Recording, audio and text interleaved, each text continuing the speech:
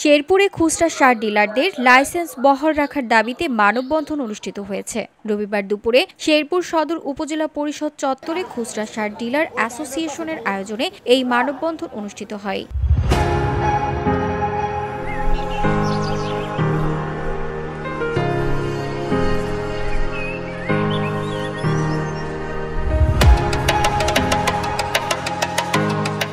মানববন্ধনে বক্তারা বলেন, স্থানীয় কৃষকদের কাছে ন্যায্য মূল্যে সার পৌঁছে দিতে খুচরা বিক্রেতারা বহুদিন ধরে গুরুত্বপূর্ণ ভূমিকা রাখছেন। ২০০৯ সালের সার ব্যবস্থাপনা নীতিমালা অনুযায়ী বৈধ লাইসেন্স নিয়ে সার বিক্রি করা সত্ত্বেও সদ্য ঘোষিত ২০২৫ সালের সার নীতিমালায় খুচরা ডিলারদের বাদ দেওয়া হয়েছে, যা তাদের জীবিকা ও কৃষি ব্যবস্থাপনার জন্য বড় ধরনের হুমকি।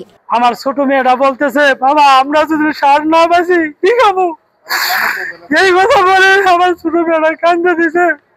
প্রত্যেকটা খুচরা বিক্রেতার ঘরে ৩-৪ জন করে ছেলে মেয়ে, বউ বাচ্চা, তারপরে আপনার ছোট ভাই আছে, এরকম ভাবে বাপ মাও আছে অসুস্থ, তাদের চিকিৎসার বার, বোনের বিয়ের বার, এদিকে ব্যাংকের ঋণ, এদিকে মনে করেন যে আমরা লক্ষ লক্ষ টাকা মাঠে বাকি দিয়ে হঠাৎ করে যদি সরকার এটা বন্ধ করে দেয়, আমাদের পথে বসা ছাড়াও আর কোনো উপায় নাই।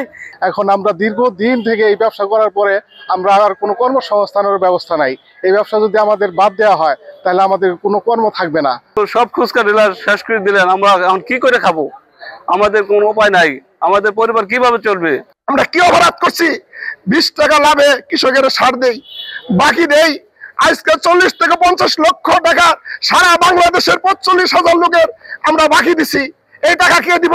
বক্তারা জানান, খুচরা সার বিক্রি বন্ধ হলে সারা দেশে প্রায় 40,000 পরিবার ক্ষতিগ্রস্ত হবে। মানববন্ধন শেষে খুচরা ডিলারদের লাইসেন্স বহাল রাখার দাবিতে জেলা প্রশাসক, শেরপুর সদর উপজেলার নির্বাহী কর্মকর্তা ইউএনও ও উপজেলা কৃষি কর্মকর্তার কাছে একটি স্মারকলিপি প্রদান করা হয়। এটা জানা পারে ডিস সাহেবের, এর আগেও জানাইছি ডিস সাহেবের, কিন্তু আমাদের মাঠের কাছে মাঠও বলছি, আজকে আবার আমরা পূর্ণাঙ্গভাবে আবারই আসছি, যাতে করে আমাদের ওই ক্ষতিপূর্ণটা দিয়ে হাইরা উনিরা টেন্ডার নিয়ে দেয়া। আমরা শেরপুর জেলা থেকে 14টা ইউনিয়নের খুচরা সার বিক্রেতা সবটির একতা, সবটির দাবি আমাদের খুচরা সার বিক্রেতা বহাল রাখতে হবে। VOD Bangla news desk.